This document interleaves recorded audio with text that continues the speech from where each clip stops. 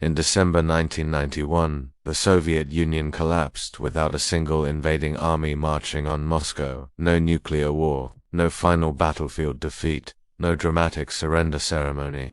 Instead, the largest country on Earth, one that defeated Nazi Germany, launched the first satellite into space, and rivaled the United States for global dominance, simply ran out of money. But here's the mystery most people get wrong. The Soviet Union didn't collapse because of spies, or propaganda, or even the Cold War. It collapsed because its economic system quietly broke down long before its politics did. For decades, the USSR looked powerful from the outside. Military parades, rockets, missiles, red banners stretching across half the globe. But underneath that image was an economy that could no longer feed its people, price its goods, reward innovation, or adapt to reality. And by the time Soviet leaders realized this, it was already too late. So what really killed the Soviet Union? Why did an empire with vast land, natural resources, and human capital fall apart almost overnight? And most importantly, why are some of the same economic warning signs appearing again today? To answer that, we have to go back not to the end but to the very beginning. The Soviet economic story begins with a promise. In 1917, Russia was poor, unequal, and politically broken. The Bolshevik Revolution promised something radical, an economy without exploitation, without profit, without boom and bust cycles. Markets, Lenin argued, were chaotic and unjust. The solution? Central planning. Instead of millions of buyers and sellers setting prices, the state would decide what to produce, how much to produce, where it would go, and at what price. Factories would no longer chase profit. They would chase targets. This idea wasn't just ideologically, it was deeply practical. Russia had just survived World War I, civil war, and famine. Chaos made markets look dangerous. Planning looked safe. And at first, it seemed to work. In the 1930s, under Joseph Stalin, the Soviet Union launched massive 5-year plans. The state poured resources into heavy industry, steel production, railways, arms, manufacturing. The results were astonishing.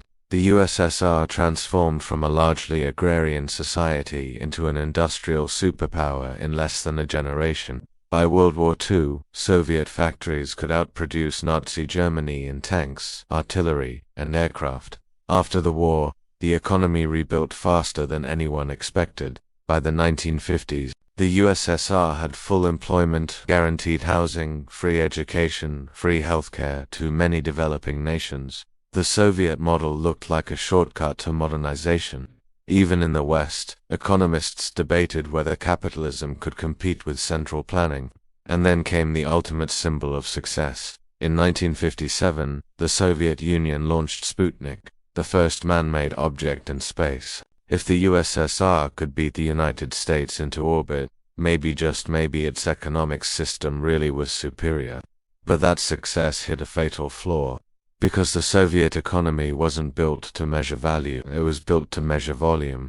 Here's the problem at the heart of Soviet planning. Prices didn't reflect reality. In market economies, prices send signals. If something is scarce, prices rise. If demand falls, prices drop. Innovation is rewarded, waste is punished. In the Soviet system, prices were fixed by bureaucrats. A nail factory wasn't judged by how useful its nails were, but by how many tons of nails it produced. So factories responded logically, but absurdly, they made nails too heavy to use, shoes in the wrong sizes, tractors without spare parts. Meeting the quota mattered more than meeting real needs.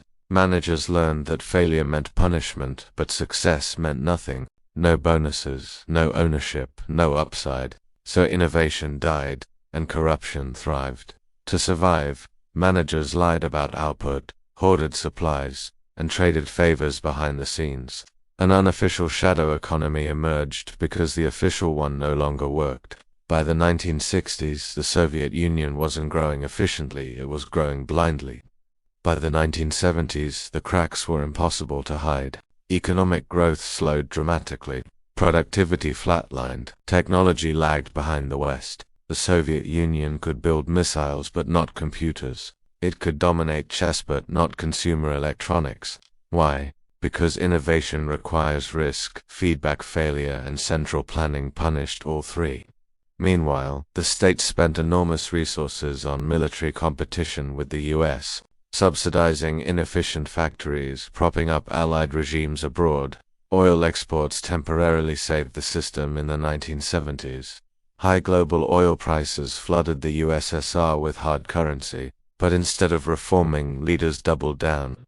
They treated oil revenue as proof the system still worked. When oil prices collapsed in the 1980s, the illusion shattered. Suddenly, the Soviet Union couldn't afford food imports, consumer goods, technological upgrades, stores emptied, queues grew, public trust evaporated, and yet official statistics still claimed success. The system was lying to itself. In 1985, Mikhail Gorbachev inherited an economic disaster. He knew the system was broken, but he faced an impossible dilemma: reform too slowly and the economy would collapse. Reform too quickly and the political system would shatter. His solution was perestroika economic restructuring. He tried to introduce limited market mechanisms, reduce state control, allow small private enterprises, but here's the fatal mistake. He loosened controls without building new institutions. Prices were partially freed. Supply chains weren't. The result: shortages became worse. Inflation exploded. Corruption multiplied. At the same time, glasnost political openness exposed decades of lies. People learned the truth about famines, purges, economic failure. Once belief collapsed, authority followed. Republics began to break away. The economy fragmented. The center lost control. By 1991, the Soviet Union wasn't overthrown. It simply stopped functioning. The collapse wasn't clean. GDP fell by nearly 40% in some former Soviet states. Life expectancy dropped. Savings were wiped out overnight. Factories closed. Pensions vanished. Entire industries disappeared. This wasn't just an economic failure. It was a systemic one. An economy designed to eliminate uncertainty had created the ultimate uncertainty. The Soviet Union is gone, but the lesson isn't. Today, we see systems that hide risk instead of pricing it, reward scale over efficiency, delay reform until crisis forces it. Whether in debt-driven economies, over-centralized states, or institutions too big to fail, the pattern repeats. When information is distorted, when incentives are broken, when reality is politically inconvenient, collapse doesn't announce itself. It creeps in quietly, until suddenly everything fails at once. So what killed the Soviet Union? Takeaway 1. No economy can function without honest signals. If prices, data, or incentives lead decision-making collapses. Takeaway 2. Scale without flexibility leads to fragility. The bigger the system, the more dangerous denial becomes. Takeaway 3. Reform delayed is reform denied. The USSR didn't fail because it tried to change, but because it waited too long. The Soviet collapse wasn't inevitable, but once reality was ignored long enough, it became unavoidable. And the final warning is this: empires rarely fall because they are attacked.